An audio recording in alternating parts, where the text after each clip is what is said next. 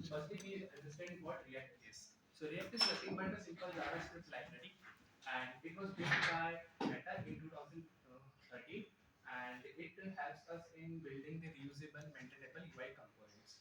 So there are also other libraries like Vue.js, AngularJS, but why React is so much popular? Let's see that. Uh, so one of the feature of React is SPA, that is single page application. So usually, if we create our website using the HTML, CSS, and JavaScript, what we have to do is for each web page of our website, we need to create a separate HTML file. But in React, what we used to do is we used to create a separate components for each of our components in our website, and there is only single HTML, a single CSS, and a single JavaScript file that our server will serve to the client. We use the bundlers, which actually bundles all our uh, React code in a single file, and that server serve that single file to the client. So what is advantage? So one of the advantage is faster load time. Basically, initially we actually serve all our web page content to this client. So after that, only the client requests the server for the data, not for the web page. So definitely it will improve the load time. Also, it will seem with the help of this also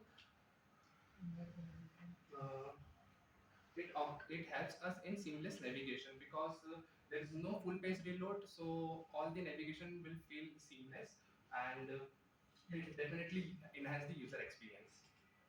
Next feature is virtual DOM. Since to understand virtual DOM, we first understand what DOM is. DOM is so DOM is nothing but a document object model which our browser used to display the content of our HTML page over the screen. But the React actually uses the concept of virtual DOM. So what virtual DOM is, basically it is a lightweight in-memory representation of the actual browser's DOM. Basically, React uses two types of virtual DOM. First virtual DOM is when we just start our client server. At that time, there is a single virtual DOM, and whenever there is an update in the state variable in our React application, our React actually creates another virtual DOM and compare both of the two virtual DOMs and find the minimum number of changes that should be needed in the older DOM to make it exactly same as the newer virtual DOM. And the process by which the React do this is known as the reconciliation, and the algorithm that the React uses for this is different algorithm. So because of the concept of virtual DOM, React is actually more faster than our normal CSS, JavaScript, and HTML. So next feature is component-based architecture. So whatever we build in React is just a component. It's whole, like it is the basic building block of our React framework. Like for each component, we used to create a separate file in our React project, and whenever we need to use it, we just call that particular. It is nothing but a JavaScript function. To be just call that in that particular line, it will execute all that code in that line. So how it helps? Basically, it helps in making our code more modular because we are creating a separate component file. So definitely, it will make our code more modular. It will make our code more reusable, and definitely, it will help us in debugging our whole code. So let's understand what is a React component.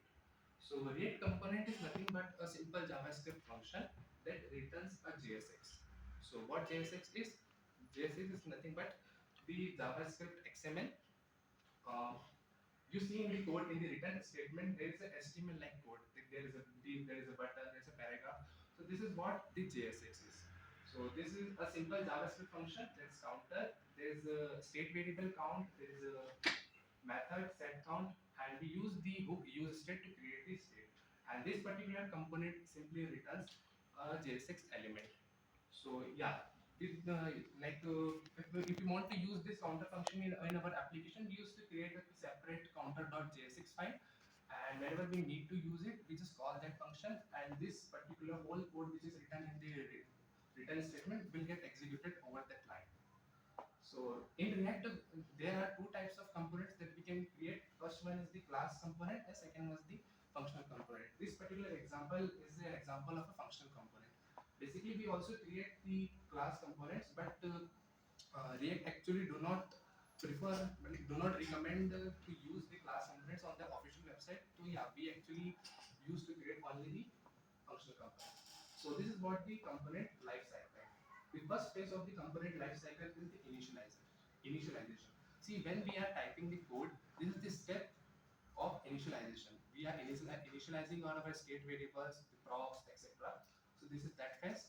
Second phase is mounting. Mounting is the phase like we have done our coding part. Now we start our server by writing the command npm start.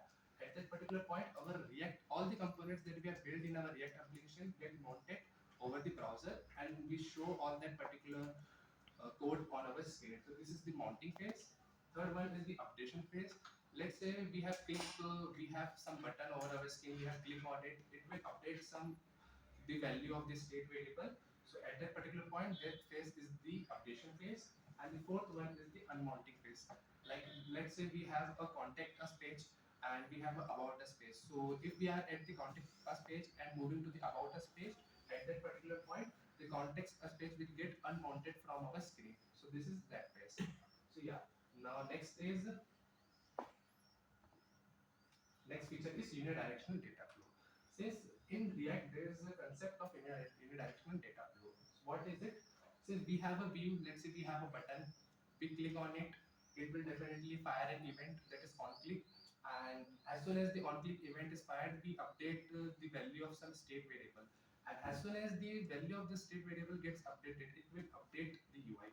So this particular unidirectional data flow is always like there is a view, it will fire the event will update our state, and our state will update our UI. So this is unidirectional, this is always the anti-clockwise, this can't be clockwise. So our next is so next feature is state management. Before understanding how to manage the states in the variable in the React, let's first understand what actually state is. So state is nothing but a simple JavaScript object that contains some informational data. You see in the picture there is a variable named data, and in the data we have some keys like name, logo, manager, and it has some values. So this is some informational data. So this is nothing but the state. So this is what state is. Now let's see what is uh, techniques of. We have seen what state is. Now let's see what are the techniques to manage this state. So one of the techniques is to manage the state using the React hooks.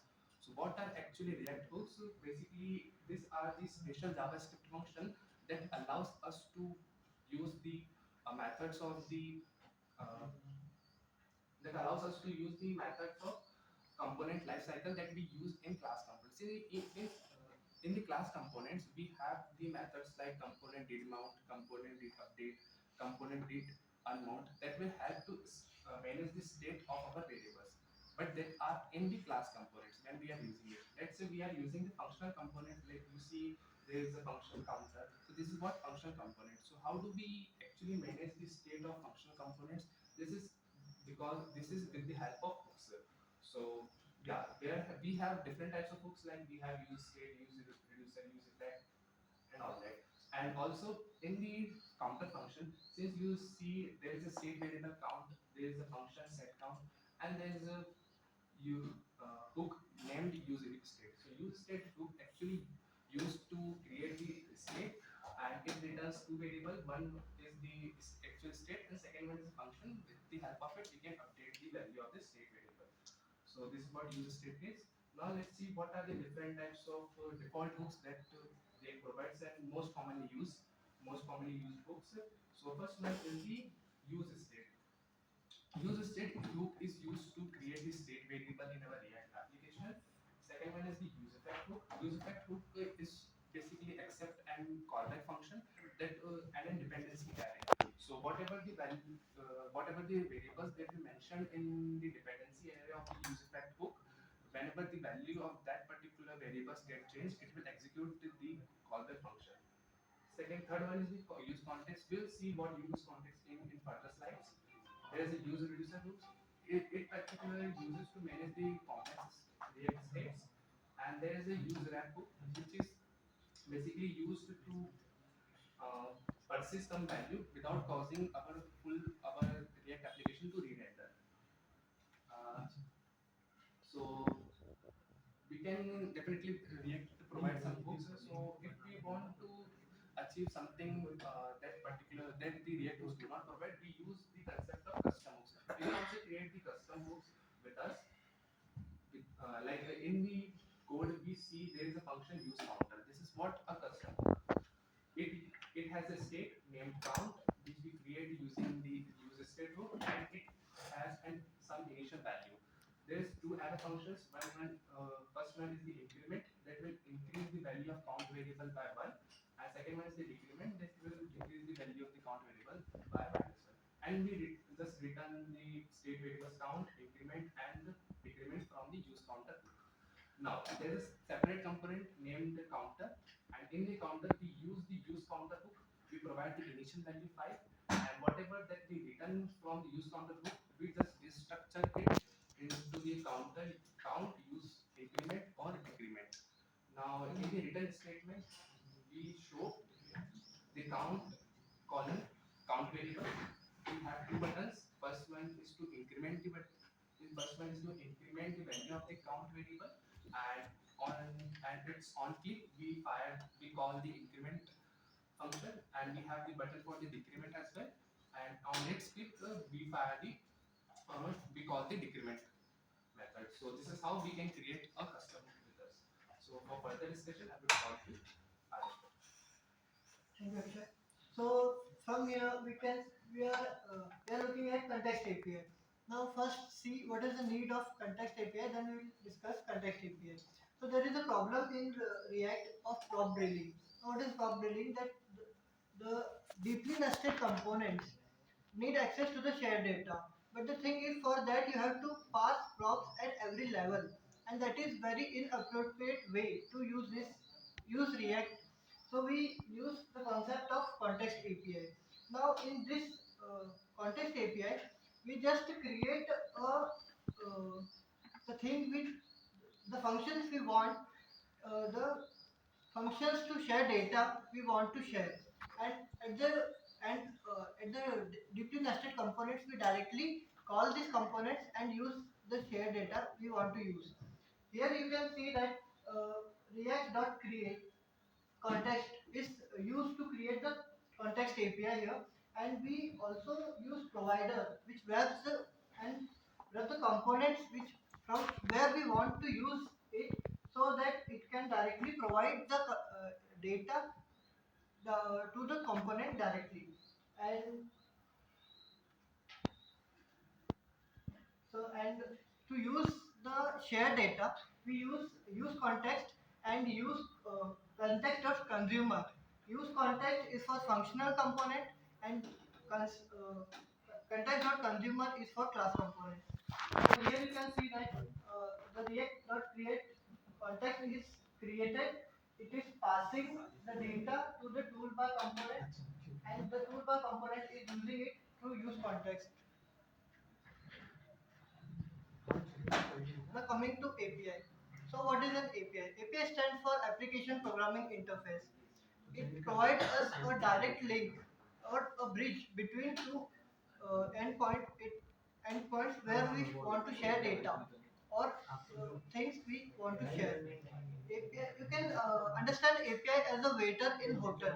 As you place order to the waiter, which is a request, and it get back to food for us, which is a response to us. So same as API works, API takes our request to the server and take back response from server to us. It also provides status code of our request, that actually our request what had happened to our request. So as it is a set of rules, it is a set of rules and protocols that allow us to communicate between two endpoints.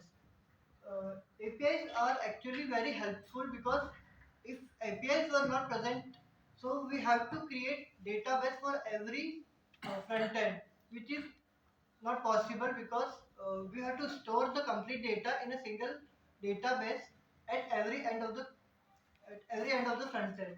So API helps us in centralizing the database and accessing it from anywhere in the world. So there are many types of APIs, some of which are REST API, GraphQL API, and WebSocket API. REST API is a widely used API which is simple to use It uses HTTP methods like get, post, put, delete, which and it is for exchange of data from the server. It uses JSON formats and API design around resources identified by the URL. GraphQL API. It is a query language API which is used when the user directly needs the data which it wants to need, and it does not brings the extra data which is wasteful for the user. And it also has a single endpoint at the end, so it just uses one endpoint to connect to the server and brings the data from for the user. And there is a WebSocket API.